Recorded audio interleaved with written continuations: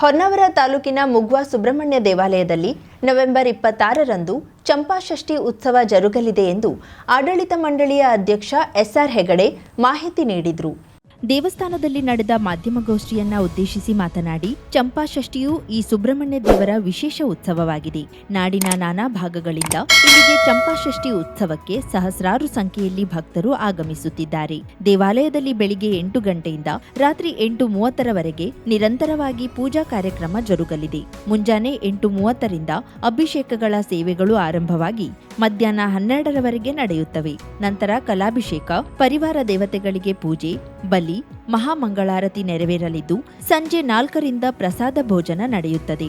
ರಾತ್ರಿ 8:30ಕ್ಕೆ ಮಹಾಮಂಗಳಾರತಿ ನಡೆಯಲಿದ್ದು 8:30ರ ನಂತರ ಯಾವುದೇ ಅಭಿಷೇಕ ಅಥವಾ ಸೇವೆಗಳು ಇರುವುದಿಲ್ಲ ಎಂದು ತಿಳಿಸಿದರು. ದೇವಸ್ಥಾನದ ನಾಗಬನದಲ್ಲಿ ಬೆಳಿಗ್ಗೆ 8:30ರಿಂದ ಅಭಿಷೇಕ, ಅರ್ಚನೆ, ಆರತಿ ಪ್ರಾರಂಭವಾಗಿ 1:30ಕ್ಕೆ ಪೂಜೆ ನಡೆಯಲಿದೆ. ಹುಲಿಯಪ್ಪನ ಕಟ್ಟೆಯಿಂದ ದೇವಾಲಯದ ಆವರಣದವರೆಗೂ ಸರತಿ ಸಾಲಿನಲ್ಲಿ ಆಗಮಿಸಬೇಕಿದ್ದು ಶಾಮಿಯಾನ ವ್ಯವಸ್ಥೆ ಮಾಡಲಾಗಿದೆ. ಭಕ್ತರಿಗೆ ಕುಡಿಯುವ ನೀರು ಹಾಗೂ ಪಾನಕ ವಿತರಿಸಲಾಗುವುದು. ವಿವಿಧ ಧಾರ್ಮಿಕ ಸೇವೆ ಸಲ್ಲಿಸಲು ವಿಶೇಷ ಹೆಚ್ಚುವರಿಯಾಗಿ ಸೇವಾ ಕೌಂಟರ್ ತೆರೆಯಲಾಗುವುದು ಎಂದರು.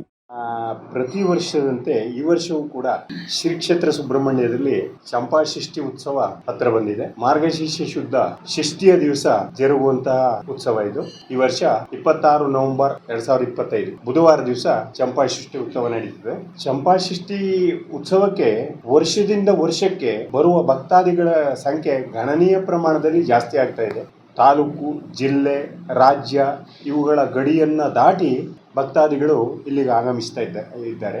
ಇಕ್ಕಟ್ಟಾದಂತಹ ಗುಡ್ಡಗಾಡು ಪ್ರದೇಶವಾದಂಥ ಇಲ್ಲಿ ಪ್ರತಿ ವರ್ಷ ಏರುತ್ತಿರುವಂತಹ ಭಕ್ತಾದಿಗಳಿಗೆ ಅನುಕೂಲವನ್ನು ಮಾಡಿಕೊಡುವಂಥ ದುಸ್ಸಾಹಸ ಕಷ್ಟ ಸಾಧ್ಯವಾದಂಥ ಸಂಗತಿ. ಆದರೂ ಕೂಡ ನಮ್ಮ ಆಡಳಿತ ಮಂಡಳಿ ಸರಿಸುಮಾರು ಒಂದು 15 ದಿವಸ ಮೊದಲಿಂದ ಕೆಲಸವನ್ನ ಪ್ರಾರಂಭ ಮಾಡಿ ಭಕ್ತಾದಿಗಳಿಗೆ ಎಲ್ಲ ರೀತಿಯ ವ್ಯವಸ್ಥೆಯನ್ನ ಮಾಡಿಕೊಡ್ಲಿಕ್ಕೆ ಕಂಕಣಬದ್ಧವಾಗಿದೆ. ಆ ದಿವಸ ಚಂಪಾಷಷ್ಠಿ ದಿವಸ ಬೆಳಿಗ್ಗೆ 7 ಗಂಟೆಯಿಂದ ರಾತ್ರಿ 8:30ರವರೆಗೆ ನಿರಂತರವಾಗಿ ಆರತಿ, ಅರ್ಚನೆ ಎಲ್ಲ ಸೇವೆಗಳು ನಡೀತವೆ. ಪಂಚಾಮೃತ ಸೇವೆ ಮಾತ್ರ ಬೆಳಿಗ್ಗೆ 8:30ರಿಂದ 12 ಗಂಟೆ ಮಧ್ಯಾಹ್ನ 12 ಗಂಟೆವರೆಗೆ ನಡೀತದೆ. ಪಂಚಾಮೃತ ಸೇವೆ ಮುಗಿದ ಮೇಲೆ ದೇವರಿಗೆ ಜಲಾಭಿಷೇಕ ಆಗಿ ಅಲಂಕಾರ ಮಾಡಿ ಬಲಿಗೆ ತಯಾರು ಮಾಡಬೇಕಾಗ್ತದೆ. ಮಧ್ಯಾಹ್ನ 2-2:30ವರೆಗೆ ಬಲಿ ಪ್ರಾರಂಭ ಆಗ್ತದೆ.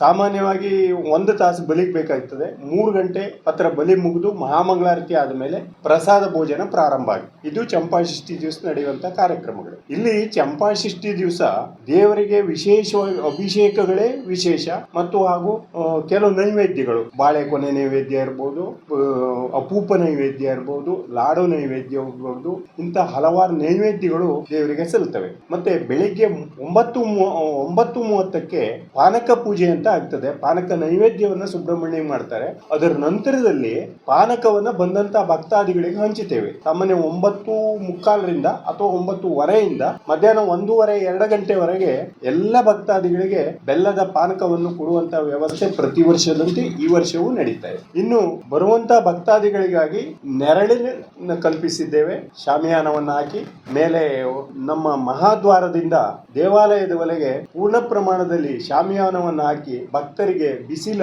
ತೊಂದರೆ ಆಗದೆ ಹೋದಂತೆ ವ್ಯವಸ್ಥೆ ಮಾಡಿದ್ದೇವೆ. ಸರದಿ ಸಾಲಿನಲ್ಲಿ ಬಂದು ಭಕ್ತಾದಿಗಳು ದೇವರ ದರ್ಶನ ಮಾಡಿ ಹೋಗ್ಲಿಕ್ಕೆ ಬೇಕಾದಂತಹ ಎಲ್ಲ ವ್ಯವಸ್ಥೆಯನ್ನು ಆಡಳಿತ ಮಂಡಳಿ ಮಾಡಿದೆ. ಕಲ್ಯಾಣ ಮಂಟಪದ ಹತ್ತಿರ 4 ಕೌಂಟರ್ಗಳನ್ನ ಓಪನ್ ಮಾಡಿ ಅಲ್ಲಿಯೇ ಎಲ್ಲಾ ಸೇವಾ ಚೀಟಿಗಳನ್ನ ಕೊಡ್ತೇವೆ. ಆ ಚೀಟಿಯನ್ನು ಪಡೆದು ಭಕ್ತಾದಿಗಳು ಸರದಿ ಸಾಲಿನಲ್ಲಿ ಬಂದ್ರು ಅಂತಾದ್ರೆ ಸರದಿ ಸಾಲಿನಲ್ಲಿ ಕುಡಿಯುವ ನೀರಿನ ವ್ಯವಸ್ಥೆ ಕೂಡ ಇರ್ತದೆ. ಸರದಿ ಸಾಲಿನಲ್ಲಿ ಬಂದಾಗ ಕಾಯಿ ಹೊಡೆಯುವಂತದ್ದಿರ್ಲಿ, ನಾಗದರ್ಶನ ಹೊರಗಡೆ ಇರುವಂತ ನಾಗದರ್ಶನ ಇರ್ಲಿ ಅಥವಾ ದೇವರ ದರ್ಶನ ಇರ್ಲಿ, ಅದಾದ ನಂತರ ತೀರ್ಥ ಪ್ರಸಾದಗಳಾಗಿರ್ಲಿ ಅಥವಾ ಅವರು ಮಾಡಿಸಿದಂತ ಸೇವೆಯ ಪ್ಯಾಕೆಟ್ಗಳಾಗಿರ್ಲಿ, ಎಲ್ಲವೂ ಕೂಡ ಒಂದೇ ಸರದಿ ಸಾಲಿನಲ್ಲಿ ಬಂದಾಗ ಭಕ್ತಾದಿಗಳಿಗೆ ಸುಲಭವಾಗಿ ಸಿಗುವಂತಹ ಎಲ್ಲ ವ್ಯವಸ್ಥೆಯನ್ನ ನಮ್ಮ ಆಡಳಿತ ಮಂಡಳಿ ಕಲ್ಪಿಸಿದೆ. ಇದರ ಜೊತೆಗೆ ಹತ್ತಿರದಲ್ಲಿರುವಂತಹ ನಾಗವನ ಮತ್ತು ಹುಲಿಯಪ್ಪನ ದೇವರ ಗುಡಿಯಲ್ಲಿ ಬೆಳಿಗ್ಗೆ 8:30ರಿಂದ ಪೂಜೆಗಳು ಪ್ರಾರಂಭ ಆಗ್ತದೆ. ಅಭಿಷೇಕ ಪ್ರಾರಂಭವಾಗಿದ್ದು ಅಲ್ಲಿ ಕೂಡ ನಾಗಾಭಿಷೇಕ ಪ್ರಾರಂಭ ಆಗುವಂತದ್ದು 9 ಗಂಟೆಗೆ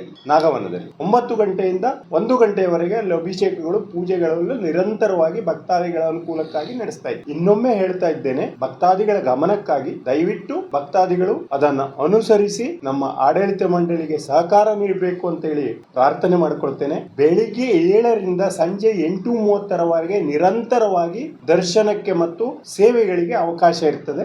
ಆದ್ರೆ ಬೆಳಿಗ್ಗೆ 8:30ರಿಂದ 12 ಗಂಟೆವರೆಗೆ ಅಭಿಷೇಕದ ವ್ಯವಸ್ಥೆ ಇರ್ತದೆ. ಅಷ್ಟರ ಒಳಗೆ ತಾವು ತಮ್ಮ ಸೇವೆಗಳನ್ನ ಪೂರೈಸಿಕೊಂಡು ಸಹಕಾರವನ್ನ ನೀಡಬೇಕು ಅಂತ ಕೇಳ್ಕೊಳ್ತೇನೆ. ಮತ್ತೆ ರಾತ್ರಿ 8 ಮಹಾಮಂಗಳಾರತಿ ಆದ್ಮೇಲೆ ಯಾವುದೇ ಸೇವೆಗಳು ಕೂಡ ಕ್ಷೇತ್ರದಲ್ಲಿ ಲಭ್ಯ ಇರುವುದಿಲ್ಲ. ಇವನ್ನ ಗಮನದಲ್ಲಿಟ್ಟುಕೊಂಡು ಕ್ಷೇತ್ರಕ್ಕೆ ಬರುವಂತಹ ಭಕ್ತಾದಿಗಳು ಪೂರ್ಣ ಮನಸ್ಸಿನಿಂದ ಸಹಕಾರವನ್ನ ನೀಡಬೇಕು ಅಂತ ಹೇಳಿ ಕೋರ್ತೇನೆ. ಈ ಒಂದು ಉತ್ಸವಕ್ಕೆ ತಮ್ಮೆಲ್ಲರಿಗೂ ಕೂಡ ಹಾರ್ದಿಕ ಸ್ವಾಗತವನ್ನ ನಮ್ಮ ಕಮಿಟಿ ಬಯಸ್ತದೆ. ಜೊತೆಗೆ ಕ್ಷೇತ್ರಾಧಿಪತಿಯ ಮಹಾಗಣಪತಿ ಹಾಗೂ ಕ್ಷೇತ್ರಾಧಿಪತಿಯಾದಂತಹ ಸುಬ್ರಹ್ಮಣ್ಯ ಎಲ್ಲ ಭಕ್ತಾದಿಗಳಿಗೂ ಆಯುಷ್ಯ, ಆರೋಗ್ಯ, ಐಶ್ವರ್ಯ, ನೆಮ್ಮದಿಯ ಬದುಕನ್ನು ಕೊಟ್ಟು ಕಾಪಾಡಲಿ ಅಂತ ಶ್ರೀದೇವರಲ್ಲಿ ಪ್ರಾರ್ಥನೆ ಮಾಡಿಕೊಂಡು ಈ ವೇಳೆ ನಾರಾಯಣ್ ಹೆಗಡೆ, ಎಸ್ಜಿ ಹೆಗಡೆ, ಕೆವಿ ಹೆಗಡೆ ಉಪಸ್ಥಿತರಿದ್ದರು. ಮೀನುಗಾರಿಕಾ ವಿಶ್ವವಿದ್ಯಾಲಯ ಸ್ಥಾಪಿಸಲು ಸರ್ಕಾರ ಸಿದ್ಧವಿದೆ ಎಂದು ಮುಖ್ಯಮಂತ್ರಿ ಸಿದ್ದರಾಮಯ್ಯ ಅವರು ಘೋಷಣೆ ಮಾಡಿದರು. ಮೀನುಗಾರಿಕೆ ಇಲಾಖೆ ಆಯೋಜಿಸಿದ್ದ ವಿಶ್ವ ಮೀನುಗಾರಿಕಾ ದಿನಾಚರಣೆ ಮತ್ತು 2025ರ ಮತ್ಸ್ಯ ಮೇಳವನ್ನ ಉದ್ಘಾಟಿಸಿ ಮಾತನಾಡಿದ ಅವರು, ಇಲಾಖೆಯನ್ನ ಮತ್ತು ಮೀನುಗಾರ ಕುಟುಂಬಗಳನ್ನ ಅಭಿವೃದ್ಧಿಪಡಿಸಲು ಕರಾವಳಿಯವರೇ ಆದ ಮಂಕಾಳ್ ವೈದ್ಯ ಅವರನ್ನೇ ಮಂತ್ರಿ ಮಾಡಿದ್ದೇವೆ. ಇವರು ಉತ್ತಮವಾಗಿ ಇಲಾಖೆಯನ್ನ ನಿರ್ವಹಿಸುತ್ತಿದ್ದಾರೆ. ಮೀನುಗಾರ ಸಮುದಾಯದ ಅಭಿವೃದ್ಧಿಗೆ ಶ್ರಮಿಸುತ್ತಿದ್ದಾರೆ ಎಂದು ಮೆಚ್ಚುಗೆ ವ್ಯಕ್ತಪಡಿಸಿದ್ರು. ರಾಜ್ಯದಲ್ಲಿ 320 ಕಿಲೋಮೀಟರ್ ಕರಾವಳಿ ಪ್ರದೇಶ ಇದೆ. 5.5 ಲಕ್ಷ ಹೆಕ್ಟೇರ್ ಒಳನಾಡು ಜಲಪ್ರದೇಶ ಇದೆ. ಮೀನು ರಫ್ತಿನಲ್ಲಿ ರಾಜ್ಯ 4ನೇ ಸ್ಥಾನದಲ್ಲಿದೆ. ದೇಶದ ಮೀನು ಉತ್ಪಾದನೆಯಲ್ಲಿ ರಾಜ್ಯ 3ನೇ ಸ್ಥಾನದಲ್ಲಿದೆ. ಒಟ್ಟಾರೆ ಮೀನುಗಾರಿಕೆ 10 ಲಕ್ಷ ಜನರ ಜೀವನದ ಆಸರೆಯಾಗಿದೆ ಎಂದರು. ನಮ್ಮ ಸರ್ಕಾರ ಅಸ್ತಿತ್ವಕ್ಕೆ ಬಂದ ಮೇಲೆ ಯಾಂತ್ರೀಕೃತ ದೋಣಿಗಳ ಡೀಸೆಲ್ ವಾರ್ಷಿಕ ಮಿತಿಯನ್ನ 1.5 ಲಕ್ಷ ಕಿಲೋ ಲೀಟರ್ನಿಂದ 2 ಲಕ್ಷ ಕಿಲೋ ಲೀಟರ್ಗೆ ಹೆಚ್ಚಿಸಲಾಗಿದೆ. ನಾಡ ದೋಣಿಗಳಿಗೆ ಕೈಗಾರಿಕಾ ಸೀಮೆ ಎಣ್ಣೆಯನ್ನ ಪ್ರತಿ ಲೀಟರ್ಗೆ 35 ರೂಪಾಯಿ ರಿಯಾಯಿತಿ ದರದಲ್ಲಿ ವಿತರಣೆ ಮಾಡುತ್ತಿದ್ದೇವೆ. ಒಟ್ಟಾರೆ ಮೀನುಗಾರ ಸಮುದಾಯದ ಏಳಿಗೆಗೆ ಸರ್ಕಾರ ಪ್ರತಿ ಬಜೆಟ್ನಲ್ಲೂ ಕಾರ್ಯಕ್ರಮಗಳನ್ನ ನೀಡುತ್ತಿದೆ ಎಂದರು.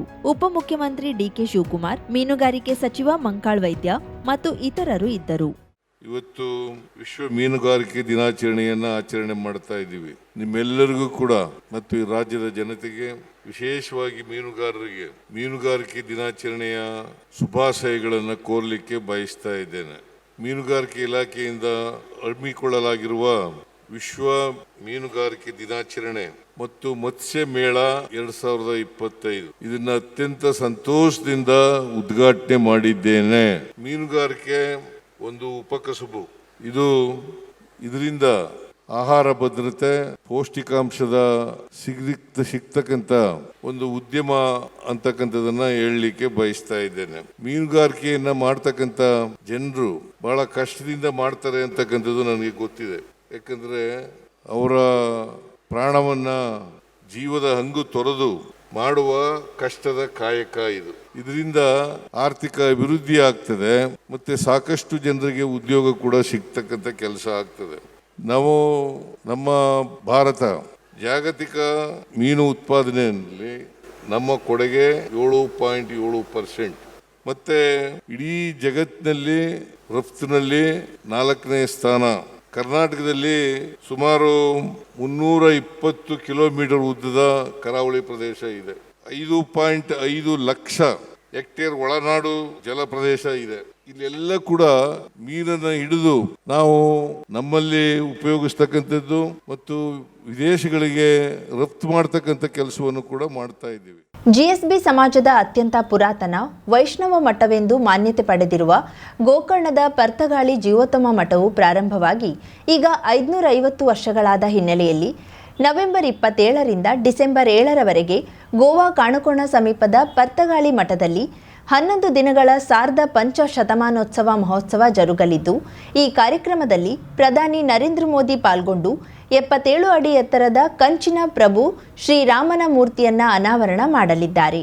ಕಾರವಾರ ನಗರದ ಅಜ್ವಿ ಓಷನ್ ರೆಸ್ಟೋರೆಂಟ್ನಲ್ಲಿ ಶನಿವಾರ ಆಯೋಜಿಸಿದ ಸುದ್ದಿಗೋಷ್ಠಿಯಲ್ಲಿ ಉದ್ದೇಶಿಸಿ ಮಾತನಾಡಿದ ಸಮಾರಂಭ ಸಂಘಟನಾ ಸಮಿತಿಯ ಜಂಟಿ ಕಾರ್ಯದರ್ಶಿ ಅಣ್ಣಪ್ಪ ಕಾಮತ್ ಹಾಗೂ PRO Mukund Y Kamath, November 28 ಶುಕ್ರವಾರ ಬೆಳಿಗ್ಗೆ 11 ಗಂಟೆಗೆ ಶ್ರೀರಾಮನ ಮೂರ್ತಿಯ ಪ್ರಾಣ ಪ್ರತಿಷ್ಠಾ ಕಾರ್ಯಕ್ರಮಗಳು ಶ್ರೀಮದ್ ವಿದ್ಯಾಧಿರಾಜ ತೀರ್ಥ ಶ್ರೀಪಾದ ಒಡೆಯರ್ ಸ್ವಾಮೀಜಿ ಅವರ ದಿವ್ಯ ಉಪಸ್ಥಿತಿಯಲ್ಲಿ ನಡೆಯಲಿದೆ.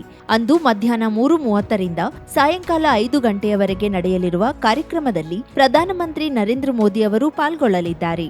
ಪ್ರಧಾನಿ ಮೋದಿ ಅವರು ಈ ಸಂದರ್ಭದಲ್ಲಿ ಪ್ರಭು ಶ್ರೀರಾಮನ ಮೂರ್ತಿಯನ್ನ ಅನಾವರಣ ಮಾಡುವರು. ಇದರ ಜೊತೆಯಲ್ಲಿ Shri Ramayana theme park 3D projection ಅನ್ನು ಅನಾವರಣ ಮಾಡುವರು. ನಂತರ ದೇವರ ದರ್ಶನ ಪಡೆದು ಸಭಾ ಕಾರ್ಯಕ್ರಮವನ್ನ ಉದ್ದೇಶಿಸಿ ಮಾತನಾಡಲಿದ್ದಾರೆ ಎಂದು ವಿವರಿಸಿದ್ರು. ಗೋವಾ ಕಾಣಕೋಣ ಸಮೀಪದ ಪತ್ರಗಾಳಿ ಮಠದಲ್ಲಿ ಪ್ರಧಾನಿ ಮೋದಿ ಅವರು ಅನಾವರಣಗೊಳಿಸಲಿರುವ 77 ಅಡಿ ಎತ್ತರದ ಪ್ರಭು ಶ್ರೀರಾಮನ ಕಂಚಿನ ಮೂರ್ತಿಯನ್ನ ಗುಜರಾತ್ನಲ್ಲಿ 182 ಮೀಟರ್ ಎತ್ತರದ ಸರ್ದಾರ್ ವಲ್ಲಭಾಯ್ ಪಟೇಲರ ಮೂರ್ತಿಯನ್ನ ನಿರ್ಮಿಸಿದ್ದ ಗುಜರಾತ್ನ ರಾಮ್ ವಿ ಸುತಾರ್ ಅವರು ನಿರ್ಮಿಸಿದ್ದಾರೆ ಎಂದರು.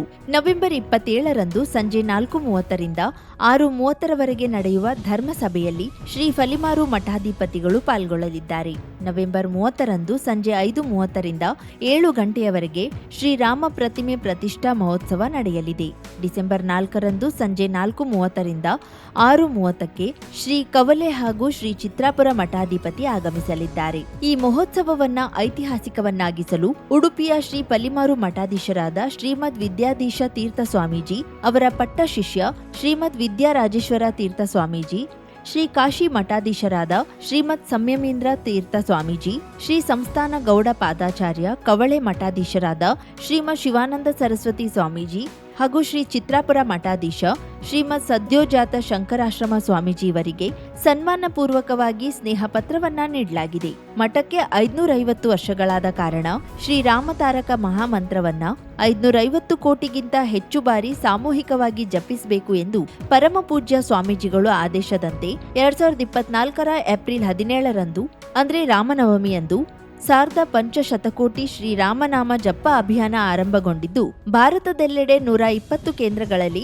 ಅಕ್ಟೋಬರ್ 18ರವರೆಗೆ 550 ಕೋಟಿಗೂ ಅಧಿಕ ಶ್ರೀರಾಮತಾರಕ ಮಹಾಮಂತ್ರವನ್ನ ಜಪಿಸಲಾಗಿದೆ. ಬಹುಶಃ ಇದೊಂದು ವಿಶ್ವ ದಾಖಲೆಯಾಗಲಿದೆ ಎಂದರು. 1500 ಮಹೋತ್ಸವದ ವಿವಿಧ ಸಾಂಸ್ಕೃತಿಕ ಕಾರ್ಯಕ್ರಮಗಳು ನಡೆಯಲಿದ್ದು, ಖ್ಯಾತ ಕಲಾವಿದರು ಪಾಲ್ಗೊಳ್ಳಲಿದ್ದಾರೆ ಎಂದು ವಿವರಿಸಿದ್ದಾರೆ. 1 ಲಕ್ಷದಿಂದ 1,25,000 ಎಲ್ಲ ದಿನ ಸೇರಿ ಎವ್ರಿಡೇ ಅಷ್ಟೇ everyday 6,000 to 7,000. Saturday Sunday we are expecting 12,000 to 13,000. 2 Saturday Sunday ಬರ್ತಾ ಇದೆ. ಮೋದಿ ಪ್ರೋಗ್ರಾಮ್ ದಿವಸ ಎಷ್ಟು ಜನಕ್ಕೆ ವ್ಯವಸ್ಥೆ ಮಾಡಿದ್ರೆ ಅಲ್ಲಿ ಮೋದಿಯವರ ಪ್ರೋಗ್ರಾಮಿಗೆ ನಾವು 16,000 ಜನ ಕೂತ್ಕೊಳ್ಳುವಂಥದ್ದು ವ್ಯವಸ್ಥೆ ಮಾಡಿದ್ದೇವೆ. 1,60,000 ಸ್ಕ್ವೇರ್ ಫೀಟಿನ ಪೆಂಡಾಲ್ ಹಾಕಿದ್ದೇವೆ. ಸೊ ಮೋದಿಯವರು ಬರೋ ದಿನ ಎಲ್ಲ ವ್ಯವಸ್ಥೆಗಳನ್ನು ಕೂಲಂಕುಷವಾಗಿ ಮಾಡಿದ್ದೇವೆ. ಜನರಿಗೆ ಅನಾನುಕೂಲ ಆಗಿದೆ. ಒಂದೇ SPG ಅವರ ಹತ್ರ ಕಂಪ್ಲೀಟ್ ಪ್ರೋಗ್ರಾಮ್ ಇರೋದ್ರಿಂದ ಬರೋರು 10:30 ಒಳಗೆ ಪೆಂಡಾಲ್ ಒಳಗೆ ಇರಬೇಕು. 10:30 ಒಳಗೆ ಅಲ್ಲಿ ಒಳಗಡೆ ಇರಬೇಕು ಅಂತ. ಅದು ಕೆಂಪೇಗೌಡರ ಸ್ಟ್ಯಾಚ್ಯೂ ಮಾಡಿದ್ದು ಸುತಾರ್ ಅಂತ ನಾಡನಿಂದ, ಬರೋಡಾದಲ್ಲಿ ಇವರ ಸ್ಟ್ಯಾಚ್ಯೂ ಮಾಡಿದ್ದು ವಲ್ಲಭಾಯ್, ಈ statue of unity Vallabhbhai Patel ಅವರ ಸ್ಟ್ಯಾಚ್ಯೂ ಮಾಡಿದ್ದು ಅವರೇ ಮಾಡಿದ್ರು. ರಾಮ್ ಸುತಾರ್ ಅಂತ ಕಂಪ್ಲೀಟ್ ಬ್ರಾಂಜ್.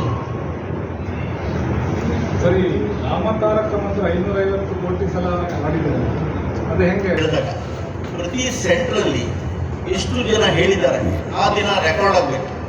ಆ ದಿನ ಎಷ್ಟು ಮಂದಿ ಬಂದಿದ್ದಾರೆ ರಾಮತಾರಕ ನಾವು ಮನಸ್ಸಿಗೆ ಬಂದಾಗ ಹೇಳಲಿಕ್ಕಾಗಿಲ್ಲ.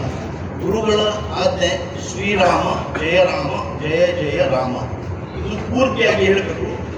ಆ ಸೆಂಟ್ರಲ್ಲಿ 600 ಮಂದಿ ಇದ್ದಾರೆ. 600 ಮಂದಿ 50-50 ಜನ ಟೈಮ್ ಸ್ಲಾಟ್ನಲ್ಲಿ ಬಟನ್ ಬಳತಿದ್ದಾರೆ. ಮತ್ತು ಎಷ್ಟು ದಿನ ಒಂದು ದಿನಕ್ಕೆ ಒಂದು ಸೆಂಟ್ರಲ್ಲಿ ಎಷ್ಟಾಗಿದೆ ಅದನ್ನು ರೆಕಾರ್ಡ್ ಆಗಿ ರಿಜಿಸ್ಟರ್ ಮಾಡಿದ್ದಾರೆ. ಆ ರಿಜಿಸ್ಟರ್ ಪತ್ರಗಳಿಗೆ ಬಂದಿದೆ. 120 ಸೆಂಟ್ರಿಂದ ಎಷ್ಟು ಜಪ ಆಗಿದೆ.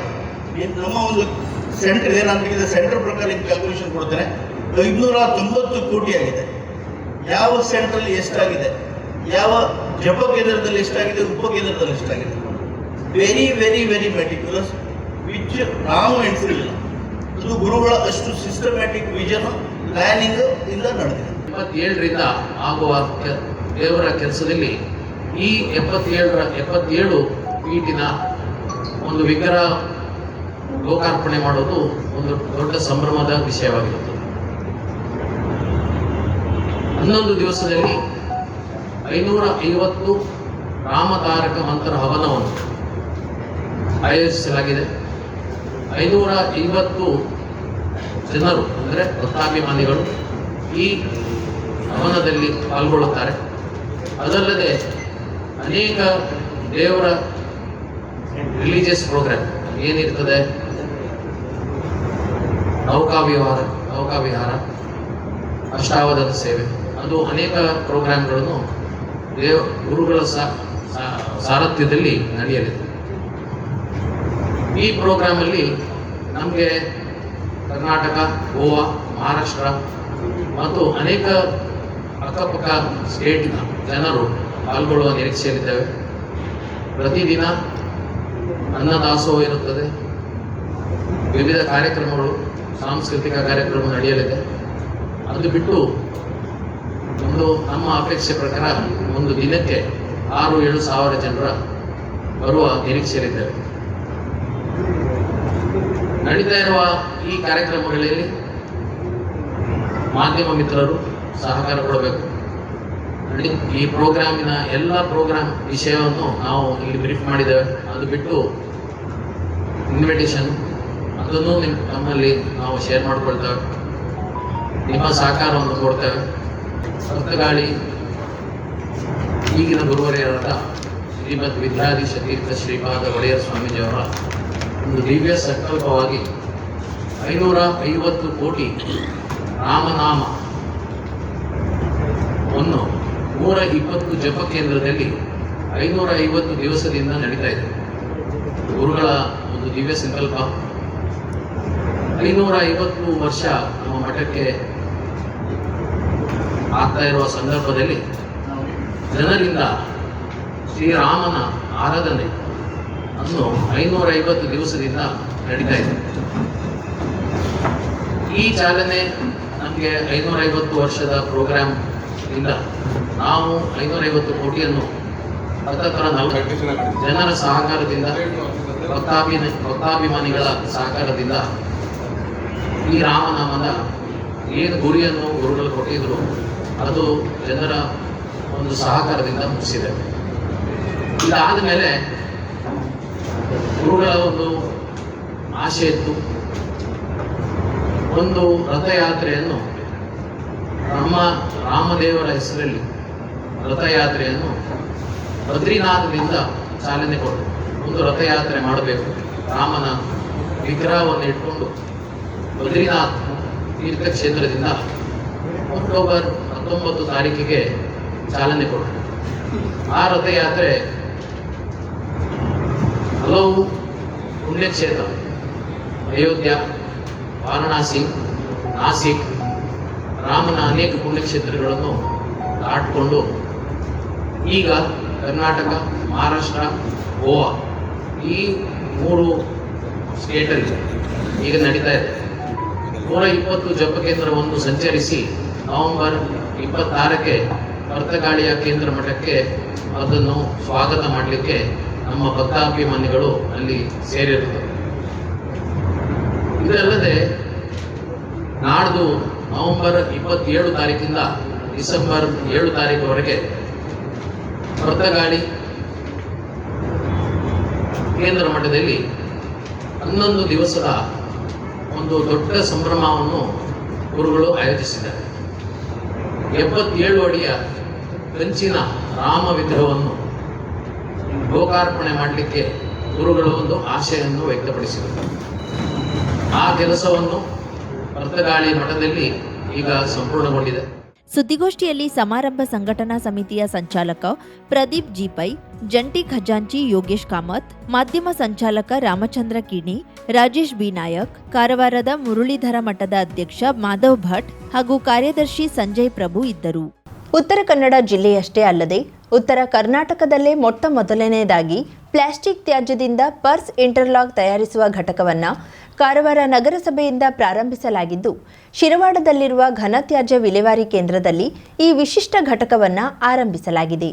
ಈ ಹಿಂದೆ ನಾಸಿಕ್ಗೆ ಭೇಟಿ ನೀಡಿದ್ದ ಕಾರವಾರ ನಗರಸಭೆ ಅಧ್ಯಕ್ಷ ರವಿರಾಜ್ ಅಂಕೋಲೇಕರ್, ಪೌರಾಯುಕ್ತ ಜಗದೀಶ್ ಹುಲಗೆಜ್ಜೆ ನೇತೃತ್ವದ ತಂಡ ಪ್ಲಾಸ್ಟಿಕ್ನಿಂದ ಪರ್ಸ್ ಇಂಟರ್ಲಾಕ್ ನಿರ್ಮಿಸುವ ಯಂತ್ರದ ಪ್ರಾತ್ಯಕ್ಷಿಕೆ ವೀಕ್ಷಿಸಿ ಬಂದಿದ್ರು. ಈಗ ನಾಸಿಕ್ನಿಂದ 29 ಲಕ್ಷ ರೂಪಾಯಿ ವೆಚ್ಚದ ಈ ಯಂತ್ರವನ್ನ ಕಾರವಾರ ನಗರಸಭೆಗೆ ಖರೀದಿಸಿ ತಂದಿದ್ದು, ಈ ಯಂತ್ರವನ್ನ ಶಿರವಾಡದ ಘನತ್ಯಾಜ್ಯ ವಿಲೇವಾರಿ ಕೇಂದ್ರದಲ್ಲಿ ಅಳವಡಿಸಲಾಗಿದೆ. ಪ್ರತಿನಿತ್ಯ ಕಾರವಾರದಲ್ಲಿ ಸಂಗ್ರಹವಾಗುವ ಘನತ್ಯಾಜ್ಯದಿಂದ ಪ್ಲಾಸ್ಟಿಕ್ ಬೇರ್ಪಡಿಸಿ ಈ ಪ್ಲಾಸ್ಟಿಕ್ನಿಂದಲೇ ಪರ್ಸ್ ಇಂಟರ್ಲಾಕ್ ಸಿದ್ಧಪಡಿಸಲಾಗುತ್ತದೆ. Plastic bottle, plastic cover, plastic bucket ಮುಂತಾದ ಪ್ಲಾಸ್ಟಿಕ್ ತ್ಯಾಜ್ಯಗಳನ್ನು 80% ಪ್ರಮಾಣದಲ್ಲಿ ಹಾಗೂ 20% ಪ್ರಮಾಣದಲ್ಲಿ ಉಸುಕನ್ನ ಬಳಸಿ ಪರ್ಸ್ ಇಂಟರ್ಲಾಕ್ ಸಿದ್ಧಪಡಿಸಲಾಗುತ್ತಿದೆ. ಸದ್ಯಕ್ಕೆ ಪ್ರಾಯೋಗಿಕವಾಗಿ ಪರ್ಸ್ ಸಿದ್ಧಪಡಿಸಲಾಗುತ್ತಿದೆ. 2-3 ದಿನಗಳಲ್ಲಿ ಪೂರ್ಣ ಪ್ರಮಾಣದಲ್ಲಿ ಪರ್ಸ್ ಇಂಟರ್ಲಾಕ್ ತಯಾರಿಸಲಾಗುವುದು ಎಂದು ಕಾರವಾರ ನಗರಸಭೆ ಪೌರಾಯುಕ್ತ ಜಗದೀಶ್ ಹುಲಗಜ್ಜೆ ಕರಾವಳಿ ಮುಂಜಾವು ಡಿಜಿಟಲ್ಗೆ ತಿಳಿಸಿದ್ದಾರೆ. SBM 2.0 ಯೋಜನೆಯಡಿಯಲ್ಲಿ ಈ ಯಂತ್ರವನ್ನ ಖರೀದಿಸಲಾಗಿದೆ. ಈ ಮೊದಲು ಪ್ಲಾಸ್ಟಿಕ್ ಸಹಿತ ಇಂಧನವಾಗಬಲ್ಲ ತ್ಯಾಜ್ಯಗಳನ್ನು ಕಾರವಾರದಿಂದ ಸಿಮೆಂಟ್ ಫ್ಯಾಕ್ಟರಿಗಳಿಗೆ ರವಾನೆ ಮಾಡಲಾಗುತ್ತಿತ್ತು. ಇದರಿಂದ ನಗರಸಭೆಗೆ ಯಾವುದೇ ಆದಾಯವಿರಲಿಲ್ಲ. ಆದರೆ ಇನ್ನು ಮುಂದೆ ನಗರದಲ್ಲಿ ಸಂಗ್ರಹವಾಗುವ ಪ್ಲಾಸ್ಟಿಕ್ಗಳನ್ನು ಪರ್ಸ್ ಇಂಟರ್ಲಾಕ್ ಆಗಿ ಬಳಕೆ ಆಗಲಿದ್ದು ನಗರದ ಫುಟ್ಪಾತ್, ಉದ್ಯಾನದಲ್ಲಿ ಅಳವಡಿಸಲಾಗುವುದು. ಹೆಚ್ಚು ಉತ್ಪಾದನೆ ಆದ ನಂತರದಲ್ಲಿ ಮನೆಗಳ ಆವರಣದಲ್ಲಿ ಬಳಕೆ ಮಾಡಲು ಬಯಸುವ ಸಾರ್ವಜನಿಕರಿಗೂ ಸೂಕ್ತ ಬೆಲೆಯಲ್ಲಿ ವಿತರಿಸಲಾಗುವುದು ಎಂದು ಜಗದೀಶ್ ಹುಲಗೆಜ್ಜೆ ಹೇಳಿದ್ದಾರೆ. ಸದ್ಯಕ್ಕಿನ್ನು ಪ್ಲಾಸ್ಟಿಕ್ ತ್ಯಾಜ್ಯದಿಂದ ಸಿದ್ಧಗೊಳ್ಳುವ ಪರ್ಸ್ ಇಂಟರ್ಲಾಕ್ಗಳಿಗೆ ಬೆಲೆ ನಿಗದಿ ಮಾಡಿಲ್ಲ. ರಾಜ್ಯದಲ್ಲಿ 1-2 ಕಡೆಯಲ್ಲಿ ಮಾತ್ರ ಈ ಮಾದರಿಯ ತ್ಯಾಜ್ಯ ಬಳಕೆ ಯೋಜನೆ ಅನುಷ್ಠಾನಕ್ಕೆ ಬಂದಿದ್ದು, ಈ ದಿಸೆಯಲ್ಲಿ ಇದು ಕಾರವಾರ ನಗರಸಭೆಯ ಹೆಗ್ಗಳಿಕೆ ಆಗಿದೆ. ಶಿರವಾಡದ ಘನ ತ್ಯಾಜ್ಯ ವಿಲೇವಾರಿ ಕೇಂದ್ರದಲ್ಲಿ ಅಳವಡಿಸಿದ್ದ ಈ ನೂತನ ಘಟಕವನ್ನ ಕಾರವಾರ ನಗರಸಭೆಯ ಅಧ್ಯಕ್ಷ ರವಿರಾಜ್ ಅಂಕೋಲೆಕರ್ ಪೂಜೆ ಮಾಡುವ ಮೂಲಕ ಚಾಲನೆ ನೀಡಿದ್ದಾರೆ. ಅಧ್ಯಕ್ಷ ರವಿರಾಜ್ ಜೊತೆಯಲ್ಲಿ ಪೌರಾಯುಕ್ತ ಜಗದೀಶ್ ಹುಲಗೆಜ್ಜೆ, ಇಂಜಿನಿಯರ್ಗಳು, ನಗರಸಭೆ ಸದಸ್ಯರು ಉಪಸ್ಥಿತರಿದ್ದು ಯಂತ್ರದ ಕಾರ್ಯವಿಧಾನ ವೀಕ್ಷಿಸಿದ್ದಾರೆ. ಕರಾವಳಿ ಮುಂಜಾವು ಡಿಜಿಟಲ್ ನ್ಯೂಸ್, ರಾಜೇಶ್ ವೈದ್ಯ, Karwar.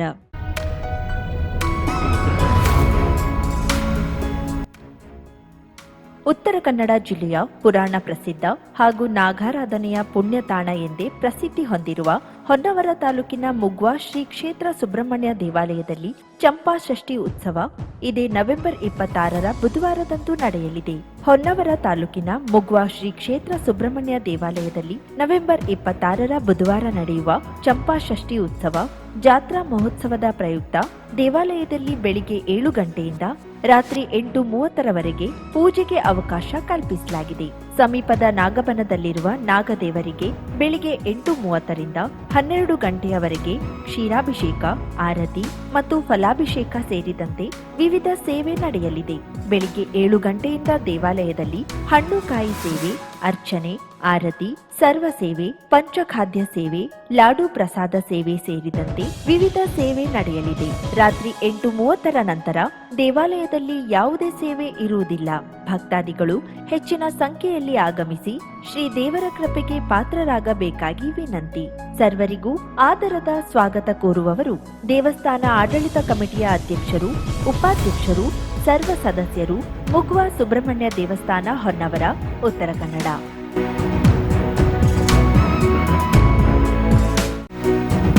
Global heart foundation Pune ಹೃದ್ರೋಗಿಗಳಿಗೆ ಕಾರವಾರದಲ್ಲಿ ಚಿಕಿತ್ಸೆ ಲಭ್ಯ. ಬಹುಜನರ ಬೇಡಿಕೆಯ ಮೇರೆಗೆ ಕಳೆದ 25 ವರ್ಷಗಳಿಂದ ಸುಮಾರು 30,000 ಹೃದ್ರೋಗಿಗಳಿಗೆ ಚಿಕಿತ್ಸೆ ನೀಡಿದ ಪ್ರತಿಷ್ಠಿತ ಸಂಸ್ಥೆ ಪುಣೆಯ ಗ್ಲೋಬಲ್ ಹಾರ್ಟ್ ಫೌಂಡೇಶನ್ ವತಿಯಿಂದ ಹೃದಯ ಚಿಕಿತ್ಸಾ ಶಿಬಿರವು ನಡೆಯಲಿದೆ.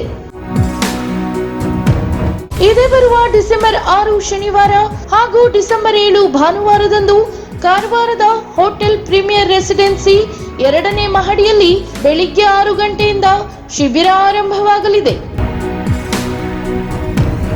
ಮನೆ ಬಾಗಿಲಲ್ಲಿ ಚಿಕಿತ್ಸೆ ನೀಡಿ 3D ವ್ಯಾಸ್ಕ್ಯುಲರ್ ಟೆಕ್ ಮೂಲಕ ಸ್ಕ್ಯಾನಿಂಗ್, ಆಯುರ್ವೇದಿಕ ಔಷಧದಿಂದಲೇ ಹೃದಯ ಸಂಬಂಧಿ ಕಾಯಿಲೆ ನಿವಾರಣೆ, ಮಯೋಡ್ರಾಪ್ಸ್ XL ಔಷಧವೂ ಲಭ್ಯ. ಇದು ಕಾರವಾರದಲ್ಲಿ ನಡೆಯುವ 7ನೇ ವರ್ಷದ ಶಿಬಿರವಾಗಿದೆ. ಸೀಮಿತ ಜನರಿಗೆ ಮಾತ್ರ ಅವಕಾಶ ಲಭ್ಯವಾಗಲಿದ್ದು, ಹೆಸರು ನೋಂದಾವಣೆಗಾಗಿ ಸಂಪರ್ಕಿಸಿ ಜಗದೀಶ್ ನಾಯ್ಕ್, ಮೊಬೈಲ್ ನಂಬರ್ 7020642285. 50,000ಕ್ಕೂ ಅಧಿಕ ಸಬ್ಸ್ಕ್ರೈಬರ್ಸ್, 1.68 ಕೋಟಿಗೂ ಮೀರಿದ ವ್ಯೂಸ್, ಸುದ್ದಿಯೊಂದು 10 ಲಕ್ಷಕ್ಕೂ ಹೆಚ್ಚು ವ್ಯೂಸ್ ಕಂಡ ಹೆಗ್ಗಳಿಕೆ, ವಸ್ತುನಿಷ್ಠ ಮತ್ತು ಖಾತ್ರಿಯಾದ ವರದಿಗಾರಿಕೆ, ಉತ್ತರ ಕನ್ನಡದ ಅತಿ ಹೆಚ್ಚು ಸಬ್ಸ್ಕ್ರೈಬರ್ ಹೊಂದಿರುವ ಯೂಟ್ಯೂಬ್ ಚಾನೆಲ್ ಕರಾವಳಿ ಮುಂಜಾವು ಡಿಜಿಟಲ್ ವೀಕ್ಷಕರಿಗೆ ಧನ್ಯವಾದ. ಇನ್ಮುಂದೆ ಸುದ್ದಿಯಲ್ಲ ಮತ್ತಷ್ಟು ಸೊಗಸು. ನಿಮ್ಮಲ್ಲಿಯ ಸಭೆ ಸಮಾರಂಭ, ಅಂಗಡಿ ವ್ಯಾಪಾರ ಮಳಿಗೆಯ ಸಹಕಾರಿ ಸಂಸ್ಥೆಯ ಶುಭಾರಂಭದ ಕಾರ್ಯಕ್ರಮಗಳ ವಿಸ್ತೃತ ವಿಡಿಯೋ ಸುದ್ದಿ ಸಂಪರ್ಕಿಸಿ ನಮ್ಮ ಕರಾವಳಿ ಮುಂಜಾವು ಡಿಜಿಟಲ್ ಪ್ರತಿನಿಧಿಗಳನ್ನ.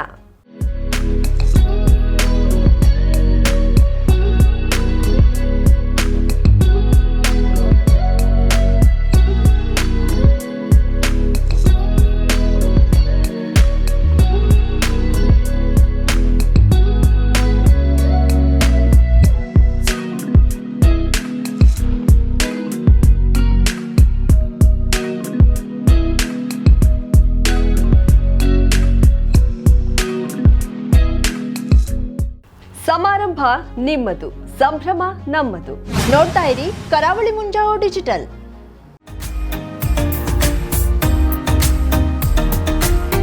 ಮಿಲನ್ ಎಂಟರ್ಪ್ರೈಸಸ್ ಬೃಹತ್ ಎಲೆಕ್ಟ್ರಾನಿಕ್ ಹಾಗೂ ಫರ್ನಿಚರ್ ಮಳಿಗೆ. ಉತ್ತರ ಕನ್ನಡ ಜಿಲ್ಲೆಯಲ್ಲೇ ಅತಿ ಹೆಚ್ಚು ಮಳಿಗೆಗಳನ್ನ ಹೊಂದಿರುವ, ಅತಿ ಹೆಚ್ಚು ಸಂತೃಪ್ತ ಗ್ರಾಹಕರನ್ನ ಹೊಂದಿರುವ ಮೂಲಕ ಹೆಗ್ಗಳಿಕೆಗೆ ಪಾತ್ರವಾಗಿರುವ ಏಕೈಕ ಸಂಸ್ಥೆ ಮಿಲನ್ ಎಂಟರ್ಪ್ರೈಸಸ್. ನಮ್ಮ ಮಳಿಗೆಗಳಲ್ಲಿ ಪ್ರಸಿದ್ಧ ಕಂಪನಿಗಳ electronic refrigerator, washing machine, LED TV, ಎಸಿಗಳು ಲಭ್ಯ.